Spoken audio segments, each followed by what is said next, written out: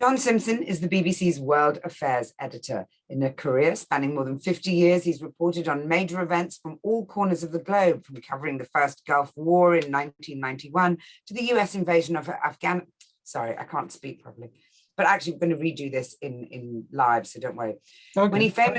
When he famously disguised himself in a burqa to enter the country before the attack. During the 2003 Gulf War, he was injured in a US-friendly firebombing that killed 18 people, including his translator. His latest program, Unspun World, begins on BBC Two this evening at 11:15 p.m. And what a day to kick off, John. I know that you led the reporting for the BBC when Russia took control of Crimea. Are you surprised that we're back in this same situation again? Well, not entirely surprised, because, Vladimir Putin is such a kind of volcanic figure that it just didn't seem like the end of the story back in 2014 when he took Crimea. And there is a sort of feeling that he does want to get the old USSR back. I'm sure he doesn't in sort of strictly literal terms, but I think he wants to kind of cover the same sort of footprint area as much as he possibly can. And it's all about him. It isn't a wider thing. It's not Russian society or anything. It's all about Putin, how he feels about the collapse of the Soviet Union, how he feels things should be better. He's being described by perfectly respectable reporters as Vlad the Mad. Do you think that there's a degree of instability there, which of course would be very worrying? Well, I don't think, he's not mad. He's not mad, but he's just, he's become a sort of czar, really, sitting there, in his that great chair of state, while all these officials are racing around, groveling around in front of him. I mean, it's terribly Stalinist, isn't it? And you do wonder whether all these years of power with nobody really to say no to him have been good for him any more than they're ever good for any politician. He's a very impressive bloke close up, I have to say. I mean, I've met him various times.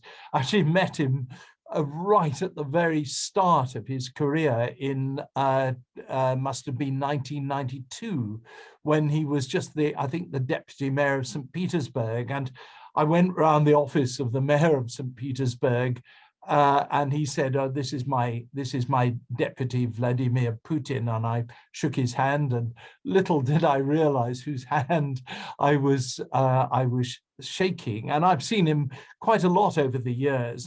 Very impressive, very bright indeed. You say very impressive. Impressive what? Because of his intellect or because of his presence? Yeah, and his self-confidence. Every now and then, I think it's every December, he has a press conference at which just about everybody gets invited. And that includes the remaining hostile television and radio stations, actually almost none of them now, but until recently, there were quite a few of them, and there was the Ukrainian press and the Polish press and the Western press.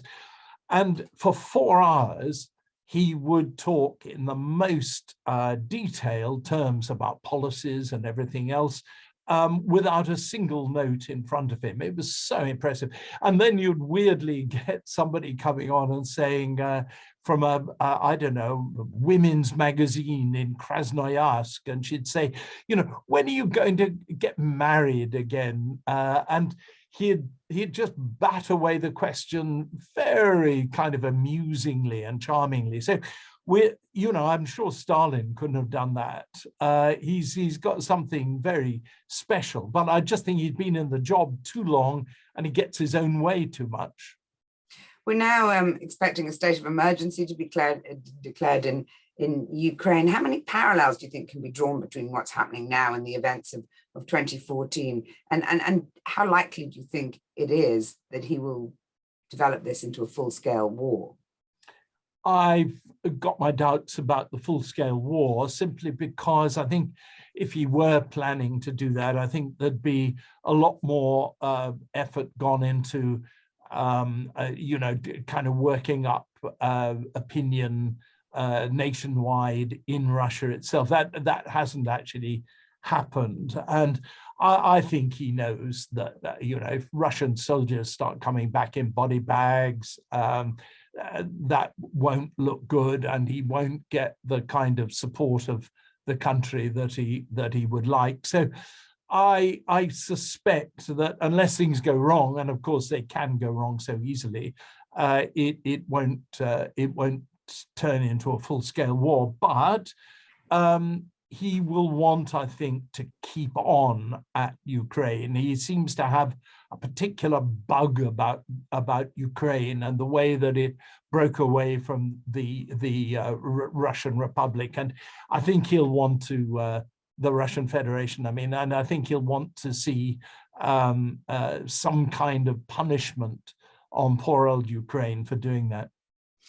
It does beg the question, though, if it's not a war, whether we've entirely played into his hands in terms of the constant escalation of this story. It's built and built and built over weeks. It's seen, you know, flurry stampedes of world leaders, you know, going to sit at Putin's feet and be told, well, you know, I haven't quite decided yet, you know. And so in a way, he's already winning the war of propaganda. Yeah, no, you're right. But that is one of the things he seems to want. I mean, he seems to want people to take Russia seriously again as a leading world power. I mean, to be honest, that's a pretty cheap price for the outside world to pay. You know, if it means that the American president, the British prime minister, the French president go and see him, meet him, you know, kind of we can pay that price. It's the other prices that are more dangerous, I think. I wanted to ask you about that. You've been present at far too many wars, perhaps it could be said. When you hear the word, what does it immediately conjure for you? What feeling? Oh, I hate them, you know. I've really hated them for a long time now. I hate that. I mean, I've got a dread and a loathing of the sound of bombs dropping and the feeling in your chest from the shock waves and the stink of the chemicals. Of course, more than anything else, you know, the bodies in the rubble. I don't have any.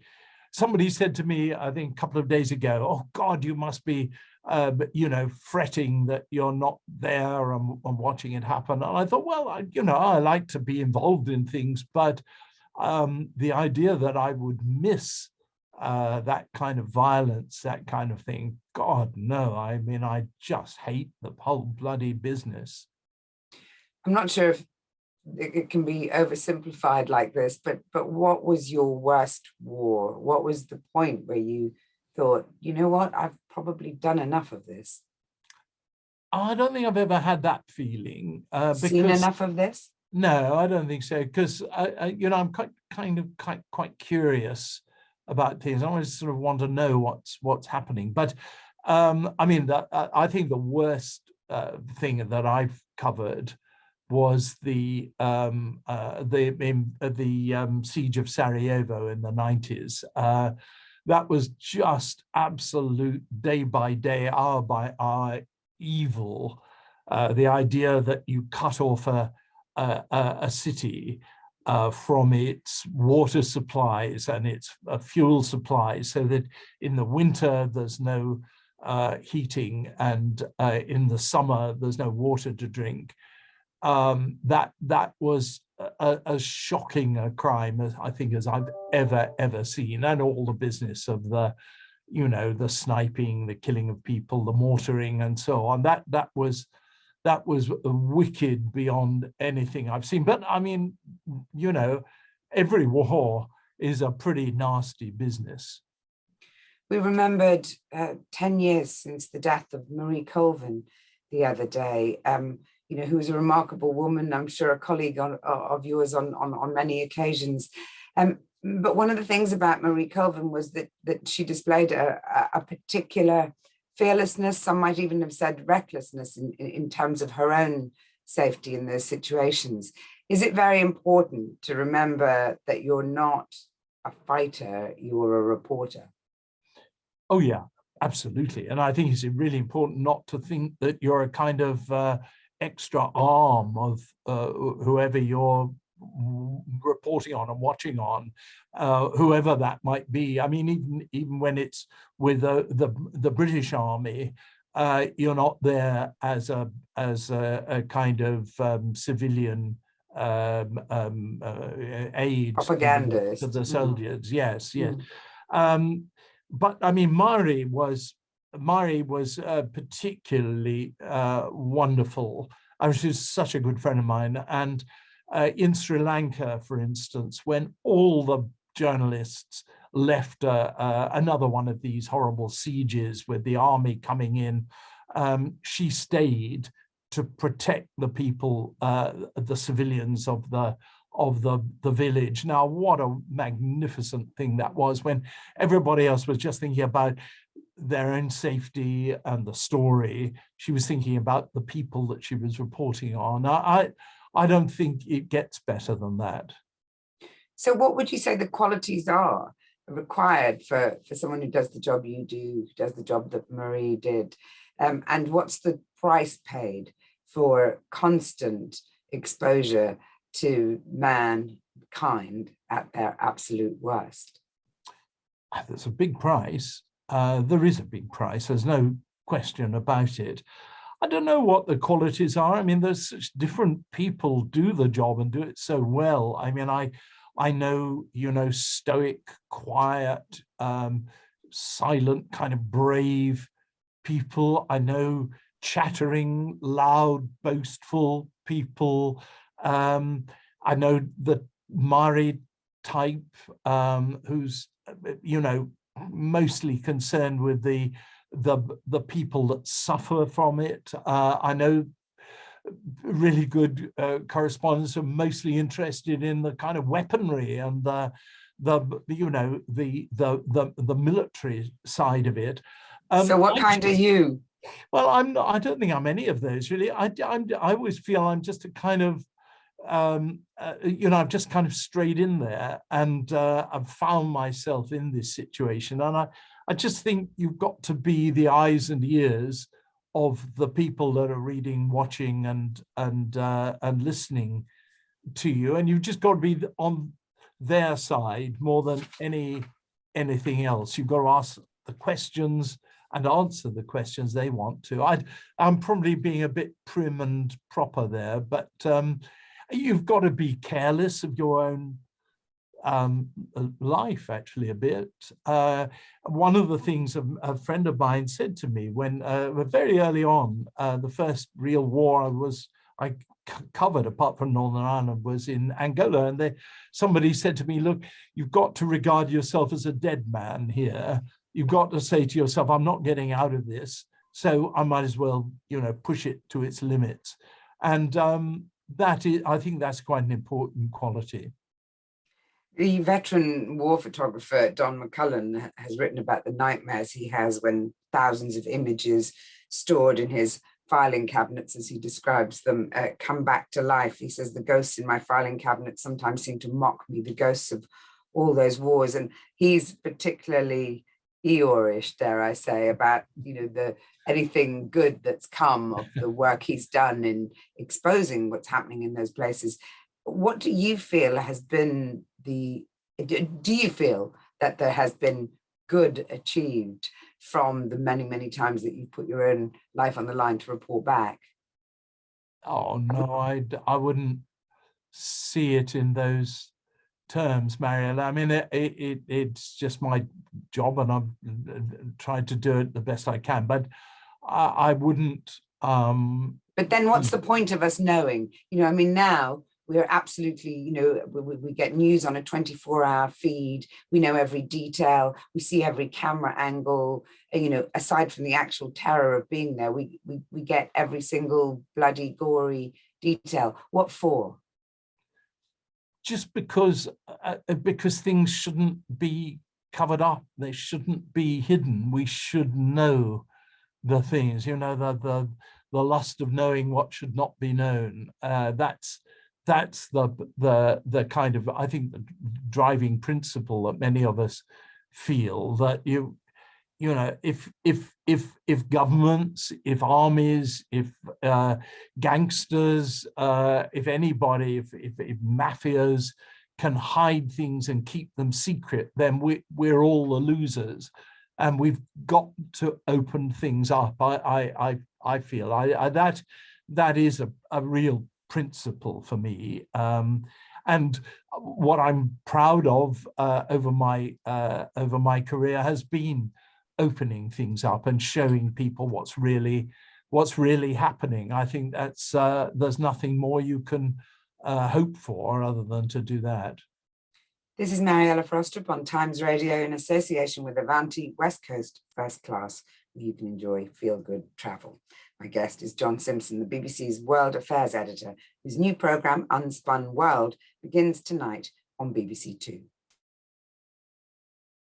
And my guest is the BBC's World Affairs editor, John Simpson, whose new programme, Unspun World, begins tonight on BBC Two. John, we've been talking about your long career of reporting. I wonder how it feels then for you, you know, having been at the BBC, embedded at the BBC, as it were, for decades, when you hear the organisation accused of bias by our government. And I know that, you know, the programme you're about to make is going to be relying on the reports of BBC reporters from all across the world, rather than, you know, one source on one side, one source on the other side, which speaks to me about you feeling there isn't an issue of bias. Well, that's really the reason I proposed the programme in the first place. You know, I think it was coming through lockdown, I was so sick of just hearing, for a start, just hearing about COVID, Brexit, all the things the government was doing, were they breaking the law, all this kind of stuff. And I just thought the world is full of important things that are going on. We're just not hearing about it because we're hearing too much about, you know, testing for COVID and so forth. So that was one instinct. And the other instinct was you know, I get really offended when government people talk about the BBC being biased and all that kind of stuff, because, believe me, in my 50 years, it must have happened with 4 or 5 governments during that time. And they always do it, Labour and Conservative. It's not a party thing. When they're in trouble, they always want to blame somebody. And the BBC is quite an easy thing to blame, because the BBC isn't on their side. It's not anybody's side. And so I wanted to show how extraordinarily broad the BBC is in terms of its coverage, of its staffing, and so on.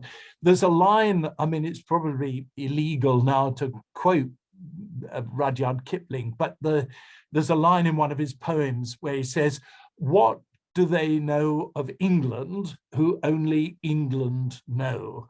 In other words, if all you know is just your little patch, you can't possibly know what Britain means on a worldwide stage.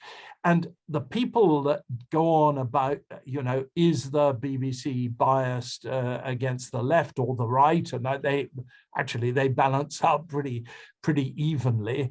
All they know is that what they don't know is that the BBC internationally is the most trusted broadcaster in the world. It's got the biggest audiences, international audiences in the world.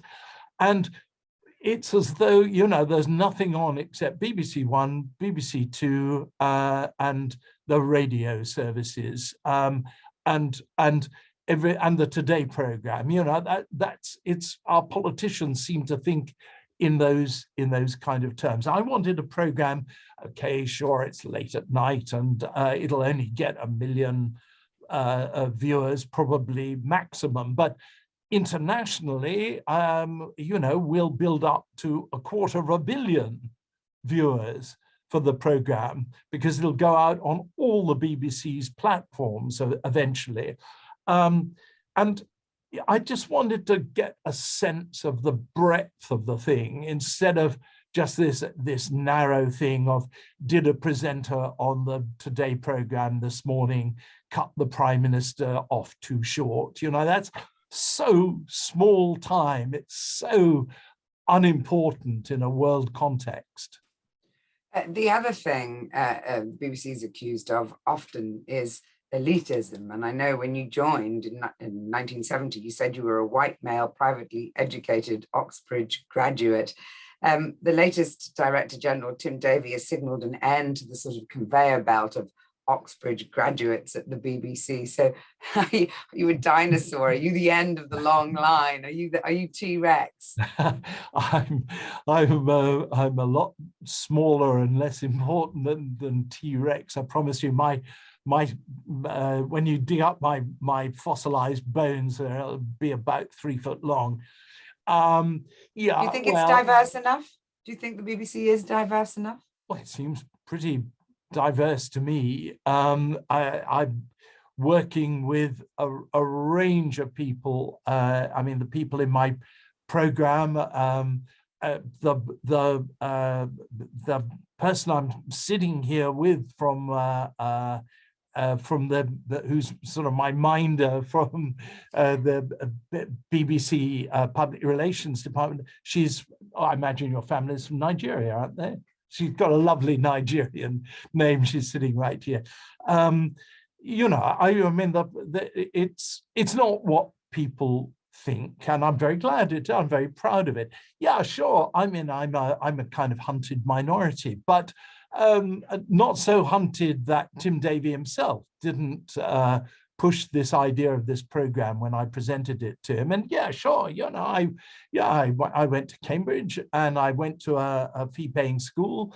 I've got the kind of accent that you get from doing that. What do? Pretend I came from Merseyside?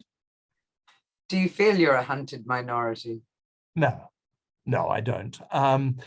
I really don't. And what an outrage if I did start to complain that I've been treated badly after, being given some of the plum jobs in the BBC for 55 years. That would be a pretty cheap thing. No, I don't feel. I'm not saying that I think that we'll have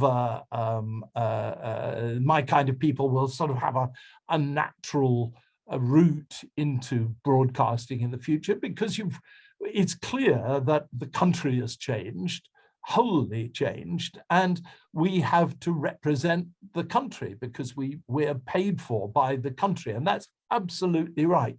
But I wouldn't expect, but I also wouldn't want a BBC where if you went to a top university, you couldn't get a job. I really don't think even the BBC will do that.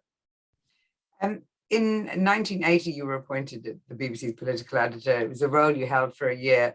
And I think even now you've outlined the sorts of stories that you won't be covering in Unspun World. And they sound very much like the reasons why you only remained in that job for a year, which is sort of, we won't be talking about, Westminster and petty politicking and, petty arguments. So what are the stories? What will you be focusing on? Because obviously at the moment, we're all focused on Ukraine, Russia, and so on. But I know it's not a live program. So will that enhance what you can do or hamper what you can do? No, I think it will enhance it. I don't really, I'm hoping that we won't have this sense of one dominating news story week after week after week, whatever it may be. I always really want to get around that and look at other look at other things. So I mean, in tonight's program, we've got our Moscow correspondent, Steve Rosenberg, who's been there for, I think, about nearly 30 years in Moscow, on and off, and is a perfect Russian speaker, not just fluent, but perfect, understands the place like nobody else does. And I just didn't want to, hear him tell me what was the mood on the streets, which is one of those really boring questions that people ask of journalists. I wanted him to tell me what was going on in Putin's mind, and it's that kind of thing. It's looking beyond just the immediate story to why it's happened, and to talk to these. We've got this extraordinary wealth of talent here. I mean, I only just discovered, for instance, I'm in the program. I do a bit of a walk around the center of Kabul. I was in Afghanistan just fairly recently, and I filmed some stuff. Talking to one of the BBC people there, and off the back of that, so talking about the Taliban, off the back of that, we discovered that there's an outfit called BBC Monitoring, which listens to broadcasts and reads newspapers from all over the world. We've actually got a monitoring expert on jihadism and the world jihadis. And it was a fascinating interview with her about the effect of the Taliban victory in Afghanistan on jihadist opinion right around the world.